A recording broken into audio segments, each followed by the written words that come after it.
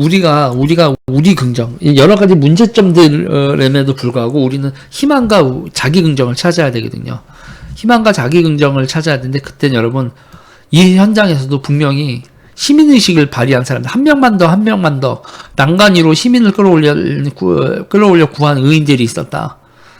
그리고 여기, BJ도 있었고, 뭐 이렇다고 하는데, 현장에서 한 사람이라도 더 구하기 위해서 CPR 하실 수 있는 분, 소리 지른 사람들, 그리고 사건이 나고 난 다음에 현장을 정리하신 분들도 있고 그렇다고 합니다. 경찰과 소방 인력들도 길 막히고 불법 주차 차량으로 난리가 나고 이런 와중에서도 그 상황에서 시민들, 빛나는 그 시민의식을 보여준 분들 있다. 그러니까 우리는요, 그래요, 여러분. 저 시민들한테 적절한 지식만 있었으면, 적절한 행동 요령에 대한 지식만 있었으면 훨씬 더 참사를 줄일 수 있었다고 생각을 해요. 저는 대한민국 시민들의 뭐 사고 치는 인간도 있지만 그래도 대한민국의 사람들의 건전한 사고방식을 가진 분들 정말 많다고 봐요. 그래서 제가 제안하고 싶은 거는, 이제 여러분, 우리가 어렸을 때요, 공민교육이 너무 죽어 있어요. 그러니까 민방위 훈련 같은 거 있잖아요. 그 재난 훈련 같은 거에서도 보면은, 그러니까 중요한 거는 여러분, 그런 훈련을 하면서 선생님 지휘에 잘 따르세요, 이런 것도 중요하지만, 그런 상황에서 너희가 이런 행동 요령을 있고 이런 지휘 요령까지도 가르쳐야 된다는 거예요. 그러니까 여러분, 제가 얘기하는 게 그거예요.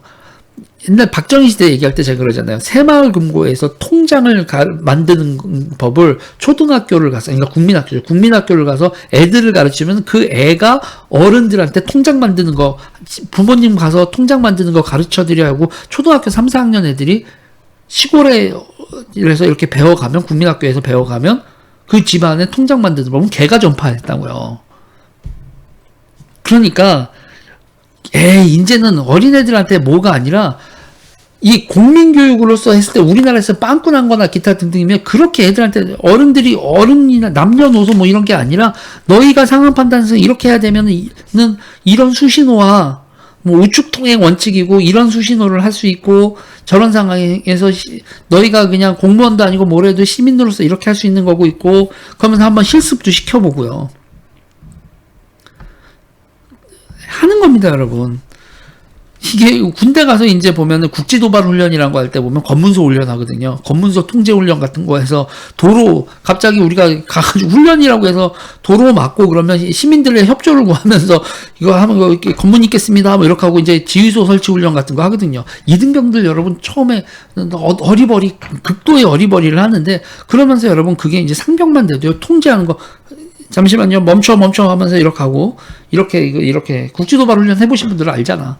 저기서 뒤에서 이제 추격조 뭐 해가지고 이렇게 참호하고 하면서 이렇게 숙달 훈련을 하는데, 기본적으로 군대뿐만 아니라 초등학교 그리고 중학교, 고등학교를 통해서 통제력을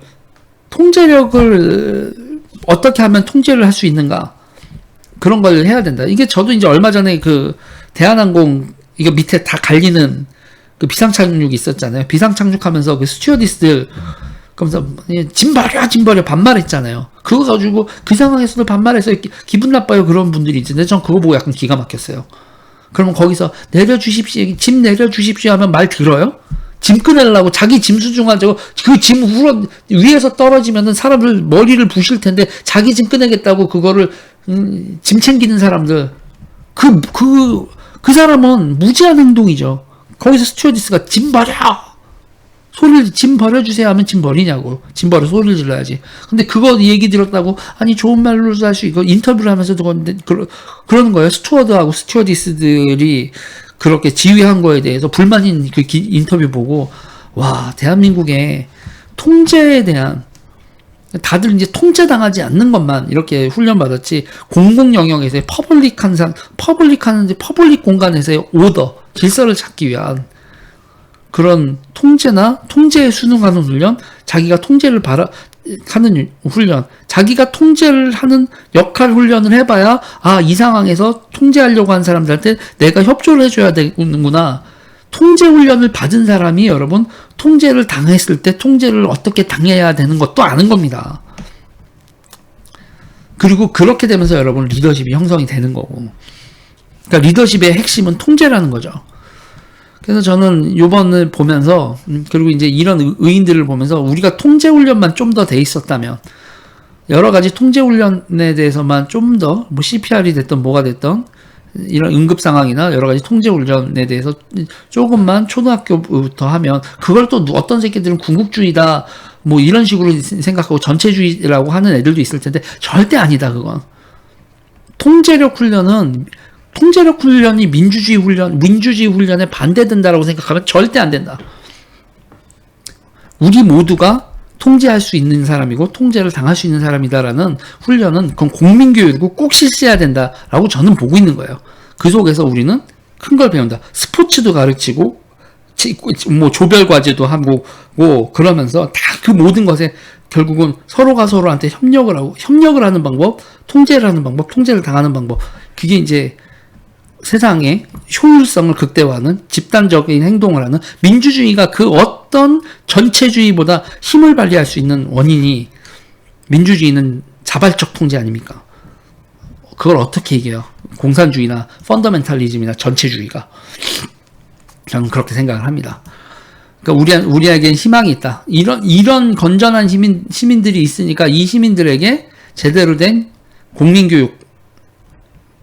국민교육이 제공이 된다면, 시빌 에듀케이션이 제공이 된다면 대한민국은 한 단계 더 올라가지 않을까. 저는 그렇게 생각을 해요.